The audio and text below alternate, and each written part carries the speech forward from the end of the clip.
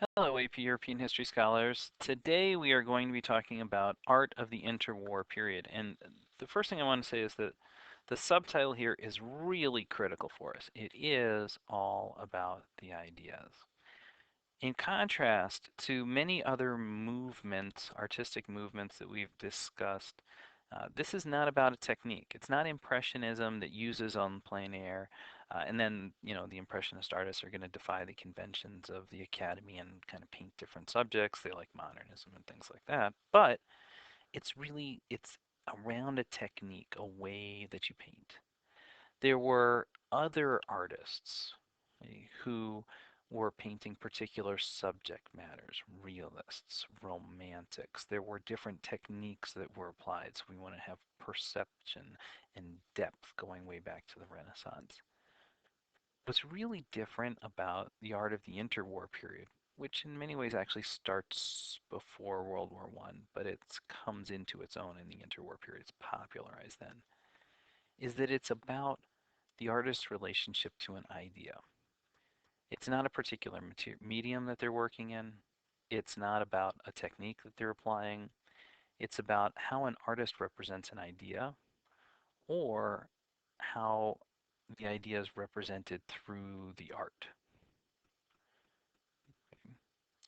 So the first place to start is actually to pick up with a notable impressionist, Pablo Picasso, and his movement into Cubism.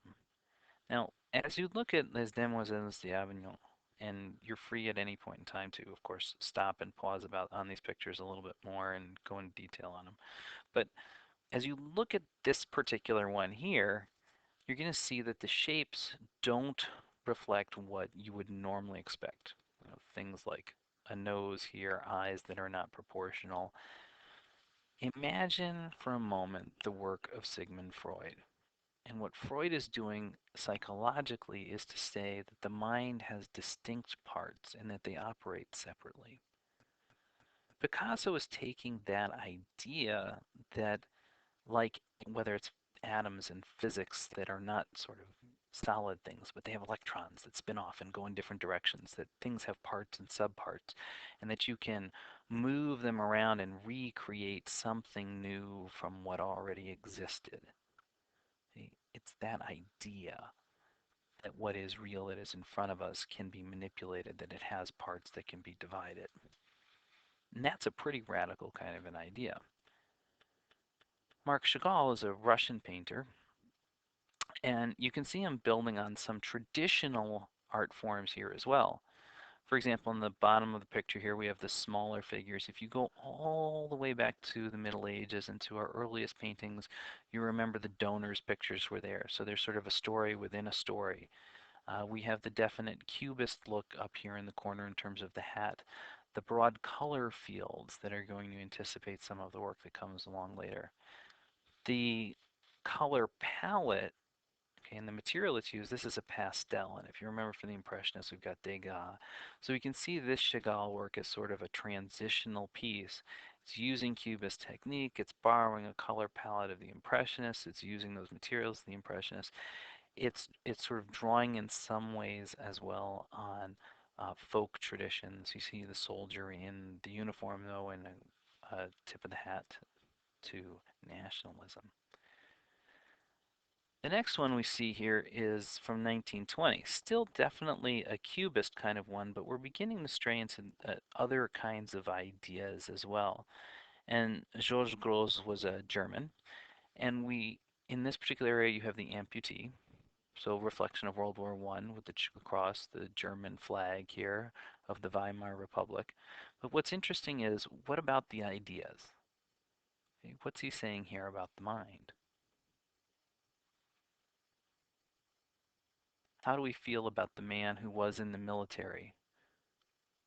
What's an automaton? Okay, are they machines?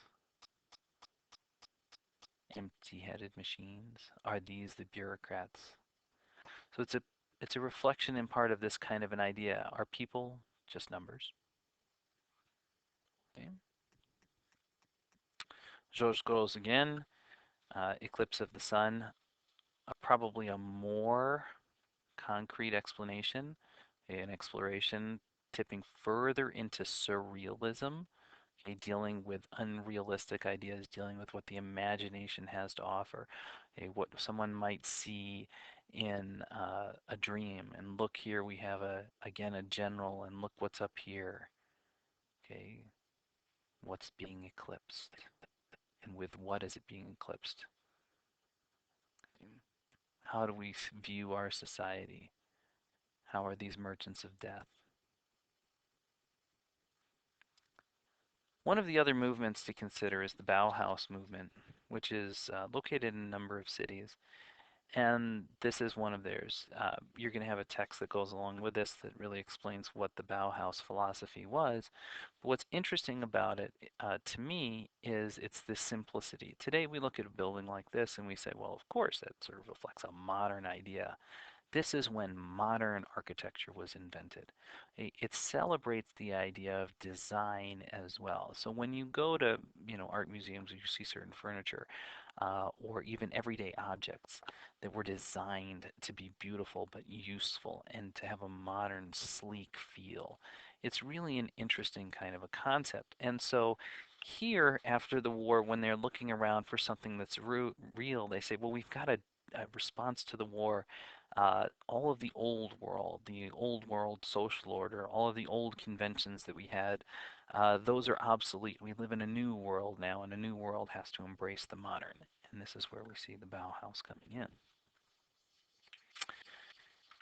The next one is Jean art, and this one is titled Collage According to the Laws of Chance. You see 1915 here. And you're going to find as well about the idea of the absurd that begins to come in and the notion of Dada. And what is Dada? Dada, as we know, is anything. Um, it's an idea that the world is around us, the art around us is everywhere, and we can find it in anything. So this is when you begin to say, well, how is this art? Well, the artist is the one who has to tear the paper. And so in an irrational world, the particular shapes that I make, the cuts, the tears that I do, I'm the actor that is creating this particular image. I then throw the pieces of paper down and I glue them into place. And that becomes art. Why? Because art is everywhere and everything is art. And that's Dada. And so here again, we also begin to understand the idea of randomness. Connect this to the horrors of the war that's going on in 1915. Moving into surrealism, okay, and anticipating some of the modernism here, people like Kandinsky, Miro, and Dali, okay, go further into the life of the mind. Okay, and they begin to explore the subconscious and the unconscious world. So when you're dreaming, what are you dreaming and how do we represent that idea? It's in these three artworks you see a very different vision of what that world would be. Okay? But that's what they're starting to explore. They're really trying to get into the psychology to understand these things. Now, when you have Dali here as well, this borrows on the Spanish tradition of political painting. In class, we'll cover Guernica, which is a surrealist cubist work that Picasso was going to do, and there's a great history behind that painting. But here as well we have the idea of a figure tearing itself apart as a metaphor for civil war. Surrealism, though, is not simply about um, sort of abstract figures or things floating through your head. Here we have Rene Magritte. Magritte has a number of these kinds of paintings. Here's another one, which challenges our understanding of what's real. So here in the Key to the Fields, when we see down at the bottom, we see the trees reflected here. Is this a painting? Is it not a painting? Which part of it's the painting? Are these things really falling or is it static? So unlike before when we were trying to create a sense of movement or reality, say in some of our romantic paintings, even in some of our realist paintings, we try to figure out that we were right there. Here we're challenging the fundamental idea of what it means to be there. I wanted to also say that we begin to see somebody like Piet Mondrian, who's a Dutch painter, and he's exploring the ideas using those color fields that we saw in Cezanne and is simplifying them and is looking towards greater and greater abstraction. And he is a foxtrot being inspired by jazz as well in 1929. So that when he hears it, what does that create for him? What does he see? How does he represent that idea of music and sound and movement? And what does that look like for him? And so this is that next transition. So when we pick up after the Second World War, we're going to see a decided shift even more towards abstraction in the art that people are doing. Thanks so much for visiting today. Rewind, take a better look at some of the other pictures if you like, and we'll talk to you after the war.